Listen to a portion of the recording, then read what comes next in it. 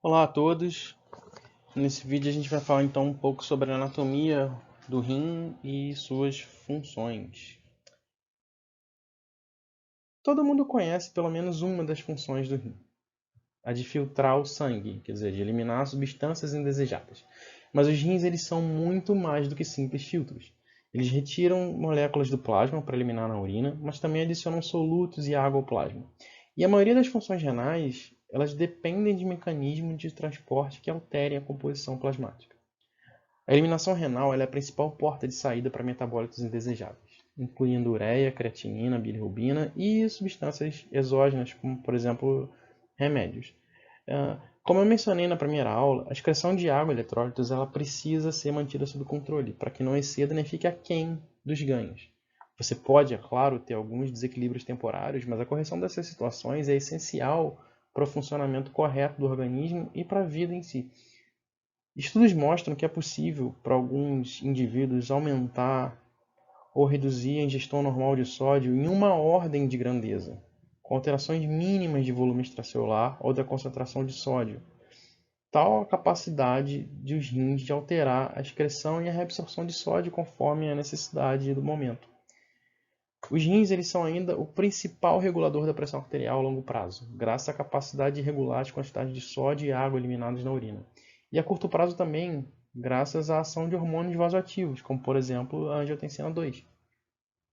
Junto com os pulmões e os sistemas tampão presentes nos líquidos corporais, por exemplo o CO2, bicarbonato, os rins têm o papel importantíssimo no equilíbrio ácido-base e são a única forma de eliminar certos ácidos do organismo, como por exemplo ácido sulfúrico e fosfórico, que são gerados na oxidação de proteínas.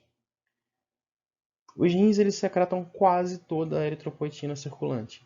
Então eles são de extrema importância para a produção de novas hemácias. E vale lembrar que hemácias são células que sobrevivem em média apenas 120 dias. Então, essa função é extremamente importante. Os rins ainda produzem calcitriol, que é a forma ativa da vitamina D, e é extremamente importante para a absorção gastrointestinal de cálcio e também para a deposição desse cátion nos ossos. Durante períodos prolongados de jejum, os ácidos graxos eles são oxidados para a síntese de ATP, mas o cérebro, principalmente, ainda usa muita glicose. Então, há necessidade de síntese de glicose. E os rins, junto com o fígado, são um dos sítios mais importantes da síntese de glicose nesses momentos. Na doença renal crônica, todas as funções que contribuem para a manutenção da homeostase elas são prejudicadas. E alterações de volume e composição de líquidos corporais elas são percebidas muito rapidamente. Quando há falência renal, se você não tiver uma compensação adequada, por exemplo, com o uso de hemodiálise, a morte é questão de poucos dias. Então, essas funções do rim elas têm que ser exercidas dentro de padrões muito bem controlados e elas são essenciais para o organismo como um todo. É importante falar sobre a anatomia renal para entender como a estrutura do órgão possibilita as suas funções. Os rins eles são órgãos retroperitoneais, estão posicionados atrás da cavidade abdominal, um do lado esquerdo, um do lado direito, e cada rim humano pesa cerca de 150 gramas em um adulto, com um tamanho aproximado de um punho fechado. A gente pode, acompanhando pela figura, perceber que o rim tem o formato de um feijão, com uma borda côncava e uma convexa. Na borda côncava a gente encontra o hilo, que é a região que contém os vasos sanguíneos, os nervos e os cálices renais. O rim é revestido por uma cápsula densa, fibrosa e bastante resistente, que é ligada ao parênquima renal. Essas estruturas triangulares são as pirâmides de Malpighi. O ápice dessas pirâmides é chamado de papila, e as papilas ficam voltadas para o interior dos cálices renais. Cada papila é envolvida por um cálice menor. Esses cálices menores se unem, formando os cálices maiores, que formam a pelve renal, que é a parte superior do ureter. A pelvis, os cálices e o resto do ureter são todos envoltos por musculatura lisa. E essa musculatura ela é responsável por impulsionar a urina até a bexiga através de contrações peristálticas. Partindo da base das pirâmides em direção ao córtex, existem várias formações radiais em forma de leque, que são os raios medulares. Os raios medulares eles contêm alças de Henle, ductos coletores e vasos sanguíneos. A zona cortical, por sua vez, ela compreende a região entre as bases da pirâmide e a cápsula. E elas contêm vasos sanguíneos, glomérulos, túbulos proximais e distais, e além de alças de Henle e ductos coletores de néfrons mais superficiais. No último slide eu mostrei as maiores estruturas anatômicas renais, mas eu mencionei em alguns momentos certas estruturas que não apareciam nessa figura, como o túbulo proximal, por exemplo, e a alça de Henle. Então a gente vai falar um pouco agora sobre o néfron. O néfron ele é a menor estrutura funcional do rim. Todas as funções de transporte renais são individualmente desempenhadas pelos néfrons. Cada rim tem cerca de 800 mil a 1.200.000 néfrons. Eles podem ser classificados de acordo com a localização no rim entre corticais, que ficam na porção mais externa do córtex, os mediocorticais, que aparecem no córtex interno, e os justamedulares, que se iniciam na interface entre córtex interno e medula externa. Apenas 1/8 dos néfrons são justamedulares, então a absoluta minoria. Cada néfron ele pode ser dividido entre duas partes principais. O corpúsculo renal, que está apontado aqui pela seta, que é separado em glomérulo e cápsula de Bowman. Aqui é onde ocorre a filtração propriamente dita.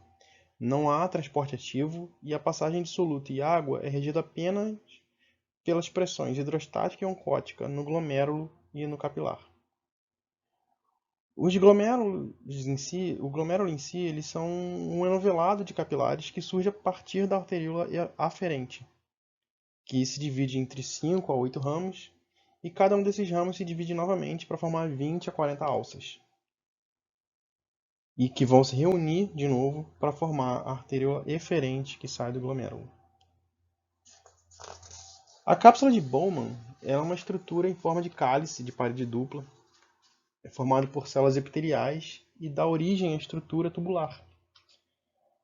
Do corpúsculo renal sai o primeiro trecho da estrutura tubular, o túbulo proximal, que pode ser dividido em uma porção convoluta ou contornada e um trecho reto. As propriedades de transporte dos dois trechos são bastante similares, e o túbulo proximal ele é responsável por uma grande reabsorção do sódio filtrado, glicose e aminoácidos. Partindo do túbulo proximal, a gente tem uma estrutura em forma de alça, a alça de Henle, que se divide em um ramo descendente e um ascendente. O ramo descendente ele é bastante uniforme em toda a sua extensão, enquanto que o ascendente ele precisa se dividir em duas partes, o ascendente fino e o ascendente espesso. O ramo ascendente espesso, ao contrário do ramo descendente e do ascendente fino, ele se caracteriza por uma atividade de transporte ativo muito intensa. E é nesse trecho que funcionam os diuréticos de alça, que são os mais eficazes. O transporte nos outros ramos da alça ele é passivo, mas é extremamente importante. A maioria dos néfrons eles têm alças longas, cerca de 60% deles. Os néfrons justaglomerulares eles têm apenas alças longas, enquanto que os corticais têm apenas alças curtas. E o comprimento dessas alças ele é muito importante para a reabsorção de água. Depois a gente tem o túbulo distal, o conector, que tem características que ficam entre o ramo ascendente espesso e o ducto coletor. E por fim a gente chegou ao ducto coletor. O ducto coletor é a porção final da estrutura tubular e a região mais importante para a reabsorção de água, porque aqui a gente tem a capacidade de reabsorver água desacompanhada de sódio e outros eletrólitos. Em contraste com todas as outras regiões do néfron, onde a reabsorção de água é acompanhada de soluto. Então, o coletor ele é capaz de reabsorver água livre. E o coletor ele pode ser classificado, dependendo da sua posição no rim, entre cortical, medular externo ou medular interno. Muitas vezes, os túbulos de conexão de vários néfrons drenam para um mesmo coletor cortical. Do coletor cortical ele segue em direção à medula até os coletores maiores, que estão localizados nos ápices das papilas renais. E daí segue em direção ao ureter e eventualmente à bexiga. A gente falou então sobre a estrutura do néfron e não se preocupem muito com detalhes da estrutura, só quis passar realmente um panorama para entender a anatomia renal e a gente vai cobrir com mais detalhe a estrutura do glomérulo e dos túbulos quando a gente for falar de filtração glomerular e transporte tubular. Então, vamos falar um pouco sobre a circulação renal. A vascularização renal em humanos ela se dá de maneira similar à de outros mamíferos. Então, acompanhando aqui na figura, a artéria renal ela parte da aorta abdominal superior e no hilo renal ela se divide em dois ramos segmentares, anterior e posterior, embora alguns autores vão falar em ventral e dorsal. As artérias segmentares elas dão origem às artérias lobulares, que vão seguir por entre as pirâmides de Malpighi. Quando as artérias lobulares atingem o limite entre medula e córtex, elas formam esses ramos em forma de arco, que a gente pode ver por aqui, formando as artérias arqueadas. E perpendicularmente em direção ao córtex partem as artérias interlobulares, junto às raias medulares.